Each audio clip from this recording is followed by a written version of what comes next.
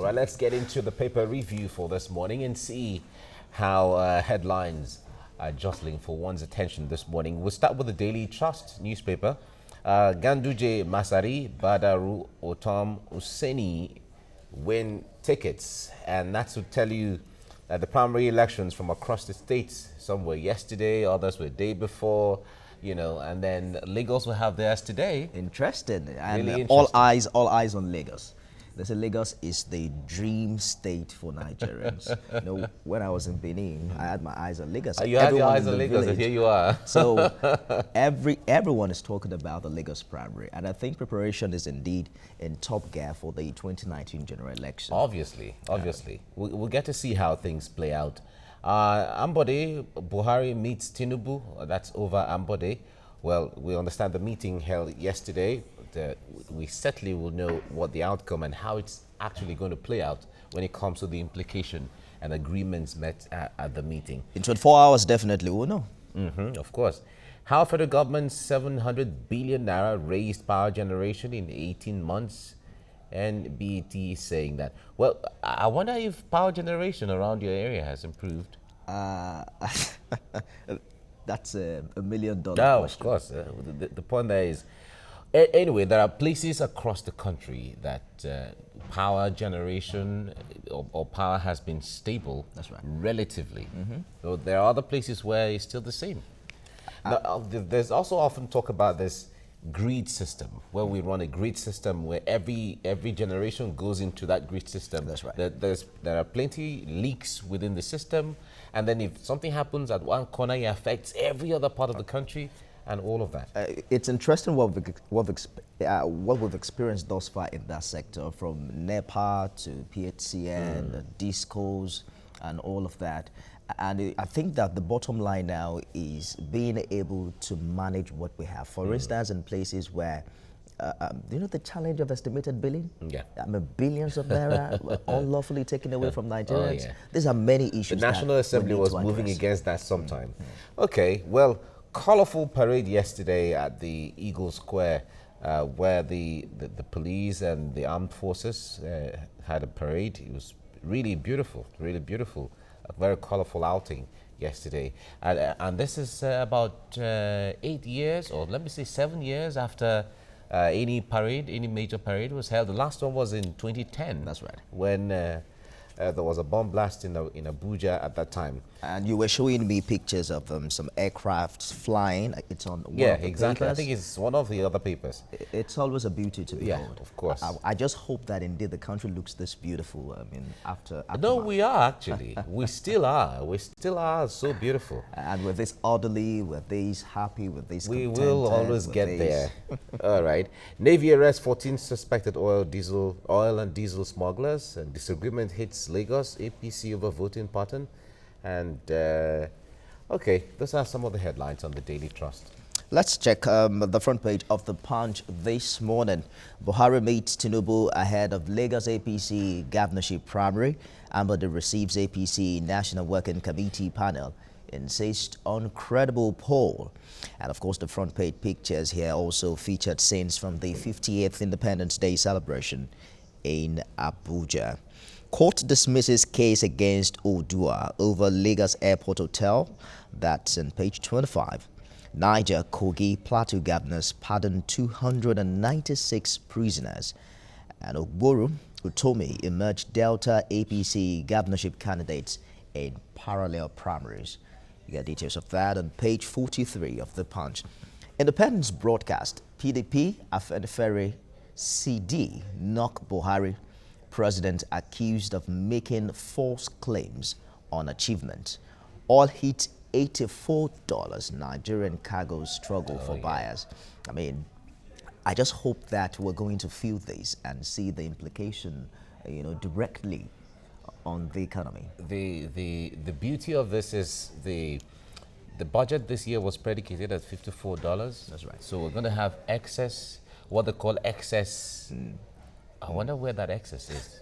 You know, it is only when needs have been met, then you have, okay, excess. But we have excess one way or the other, but we still have needs in the country. So many things to be catered for. But however, it gives us extra cash. That's right. To take care of some infrastructural and developmental needs. It gives for the us country. hope too. It also gives this administration a little less excuse, because one of the challenges has been that, oh, the price of oil has never hit bottom, has never hit this low in since we got to power. It was higher, before 2015.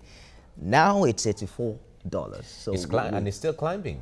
The United States is complaining. Some other Western countries are saying, OPEC, can you do something to bring these prices down a little? But the point there is this business.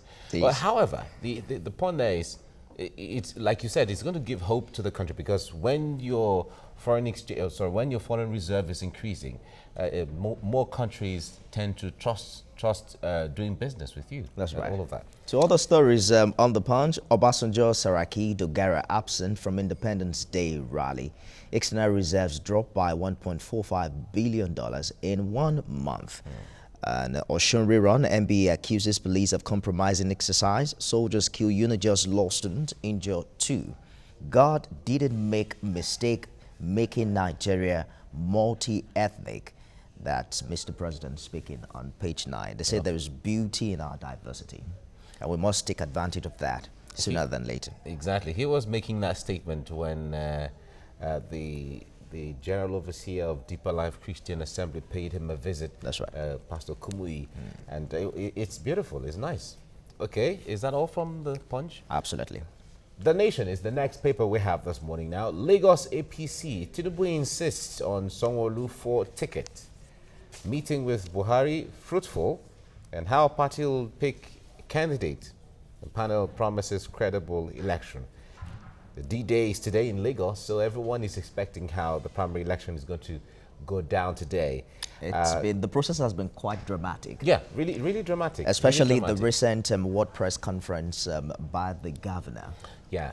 There are some who say that indeed took it to a whole new dimension entirely. All right, but however, we'll wait to see how things play out today. And the good thing is that it it boils down to the democratic process. Now members of that party can decide who they intend who they would love to represent and carry the name of the party in 2019 election. Of course. That's democracy in play. All right, and on the front page, you have some of the faces from across the states that will be standing for your votes. That will be, jostling and requiring your votes as governors of the various states across Nigeria. It's really interesting. Newcomers are coming in, power brokers and others who are recontesting and all of that from different political parties, especially from the 2 main political parties in the country. It's really interesting. We'll get to see as we get along. Just, can President calls for calm over the recent attack in Jos North? Oil price inches near $85 per barrel. It's really interesting for Nigeria. And Borofis urges IGP to probe attempt on his life. And Moses Simon, you will be, return for Libya match. That's in sports as we prepare for the AFCON. Oshibajo, we need a new tribe. A new tribe in the context of doing things right, a new dawn in the country. Value system. A new... But that's new everything. Who champions the new thing? Recall that when this administration came up with change begins with you, it angered Nigerians rather than inspired them, because many Nigerians felt that they should have come at the onset of the administration. It looks like you are now shifting the responsibility of change from leadership to followership. So a lot of inspiration. I mean, followership require a lot of inspiration from the top. We need to see that administration, the leadership is on course, making efforts, selfless efforts. They instigate the change. Now, leadership is very deliberate. And it has to. All right, let's move ahead. There's this colorful display by the Air Force here with the green, white, green colors. It's so beautiful. It's a long time Nigeria had this. It is. And this was part of what they were rehearsing for when one of the Air Force plane crashed on last week. Friday, I think it was Friday. All right, it's a beautiful thing. Nigeria is still a great country. Let's check the Daily Sun this morning. APC and WC moves to save Amber Day. Panel meets stakeholders, cancels Monday's ward poll. Ekere, Ogboru, Autumn, Usani, Ganduje win. Factional APC candidates emerge in Delta Cross River, talking about the just concluded governorship primaries in the country. Air Force bombards Boko Haram's base in Borno. Nigeria on edge, says Governor Wike. Berates federal government for ignoring ideals of independence. Gunmen invade Unijos Q2. We found details of that on page 4. Battle against insurgency. Federal government showcases 23 new warplanes as Air Force displays military might at Independence Day event. Well, I think that's all on the front page of Daily Sun. And it's good to know that we are investing in the war against insurgency. This one talks about 22 new warplanes. 23, yeah. I mean, 23, right? It's interesting. The point there is Nigeria, we have always talked about the fact that Nigeria has the capacity to handle these issues, but I wouldn't know the difference between the capacity and what we see and feel on ground. You know, prior to this time, it's been about the motivation of the force. Do they have quality welfare? Are they well motivated? I think that we've been lagging behind in the use of technology, you know, to execute this war, because there's a lot of improvement in warfare across the world. It's not about the man, you know, fighting the battle. It's about the machinery you have. Well, it's all about, they'll tell you it's about intelligence. Of course it is. Intelligence gathering is the backbone for the fight against insurgency. Which also requires a lot of technology. Security. Exactly, of course.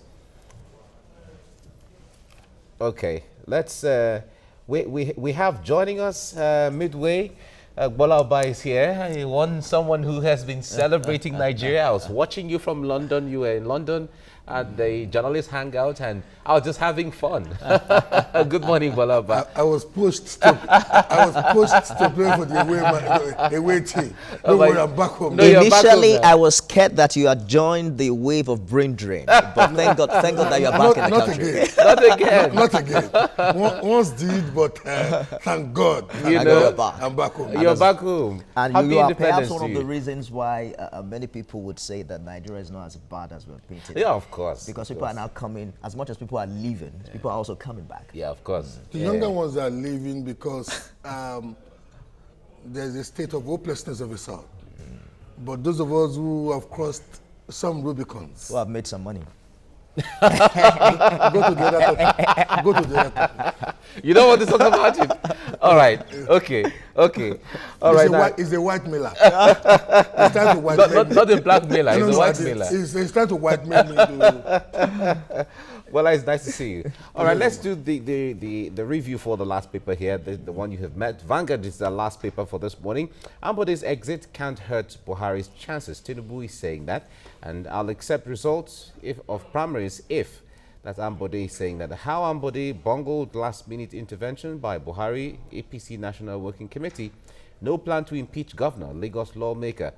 Pro-Ambode group protests. Now, it's getting quite interesting. One would put it that way. It's getting a little dramatic. Another person would say from different perspective, the Lagos politics, how things are going towards the primary election. Not certainly interesting. Not certainly interesting because, come to think of it, all the bad symptoms in our politics are manifesting. Hegemonical hold on the state, number one. Number two, the fact that the governor may not also realize that he's not as connected with his electorate as he should be. The fact that the governor, in a supposedly World Press Conference, had to go into throwing dirty this thing. You don't use somebody's medical record, especially when you are the sitting governor, to, I wouldn't know how genuine that supposed medical record all right. is. All the negative manifestations are popping their heads. And to be honest with you, All right. Let's see how things play out ultimately today at the primary election. So we'll just wait to see how that plays out. Saraki Dogara absent at Independence Day parade. Why I didn't attend? Saraki is giving explanation. He say he has his election thing to, you know, he's a contestant, so he was attending to some of those things, and then should that take priority above Independence Day? Well, I would have thought that this is symbolic to, you know, further emphasize the fact that Nigeria is united along political lines. Well, he also said that the primary election in his state was fixed for that the same day of the independence celebration, which was yesterday. So and he didn't have to be there. But we also know the backdrop to where we are, and the backdrop to where we are is that there is no love lost between the presidency and the leadership of the National Assembly. The leaderships of the National Assembly. It's really the leaderships. All right, 2019, tension in APC, PDP as more candidates emerge. Now, law student killed as suspected herdsmen invade Unijust hostel. This is really a sad one yesterday. I understand the students were brave enough to try to, you know, fight back the invasion before this happened. It punctures the picture that the president was trying to paint in his speech, that they're making progress regarding security, that they're making progress regarding the relationship between herdsmen and their host communities. And the host communities. And to be really honest with you, it should tell the presidency that much more indeed, should be done when it comes to not only security of lives, but the interrelationship of peoples.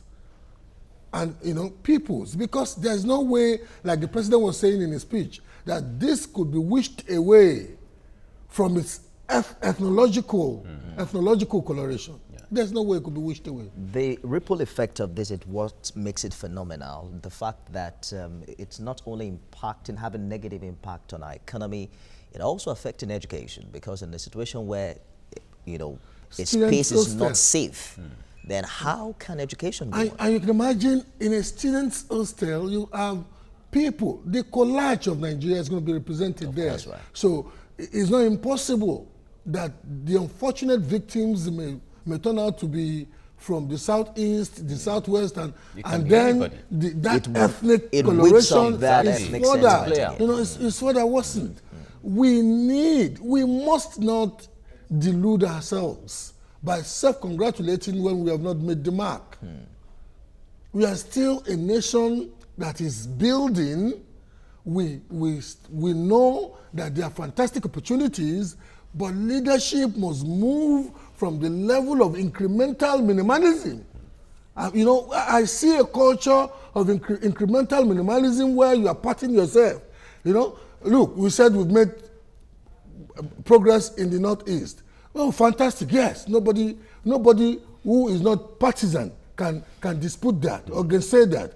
But you know what? In the last couple of months, 4 months, we've had situations when about 4 military formations have been overrun by a supposed ragtag army. You cannot be self-congratulating at that juncture. We still have more to do. All right, we'll take a look at all of those. All right, Wike's apology made PDP settle for Port Harcourt, and those are some of the headlines on the PDP does not have money, and they're going to the money back. So don't let them say one person's apology. They need his money anyway, and he's the one that can, you know, that can dole it out and give them a fiesta that they want. Which money exactly are we talking about here? Oh, whose money? That is the irony, and I like the way you've lasered in on that which money. Okay. It's usually the state's treasury used for partisan purpose. And you know what? Wike is not the only guilty party. Okay. They do it across the board. About time the electorate, called our leaders more into question. Because you know what? In some other jurisdictions or in some other polities, when you want to campaign for your re-election, you are not seen flying the state's aircraft. You are not saying you will use your resources. But unfortunately, we picked all the wrong ends of the partisan culture here. So if you are the party or if you are the person in government your party gets pampered with the state's treasury. All right. We look forward to a time all that can end. Otherwise, we also call on the EFCC to look at any infractions, if at all. EFCC if again? At all. Of course, why EFCC not? again? Is that not the body responsible for looking at anything? That is one of the things wrong with us. They overloaded, they overcongested. Tweak the statute, tweak the anti-corruption statute, and let a forensic accountant, let an investigative journalist, let a brilliant young lawyer who has now found a major brief, let them go at those who take advantage of us. And when eventually they help the Commonwealth to retrieve some of this thing, let them have a share there. We have tried, some of us have been talking about the whistleblowers, this thing, for years. We've tried it as a policy, see how it worked. All right. Democratize the fight against corruption. All right. I agree with you. Let's leave it here for now.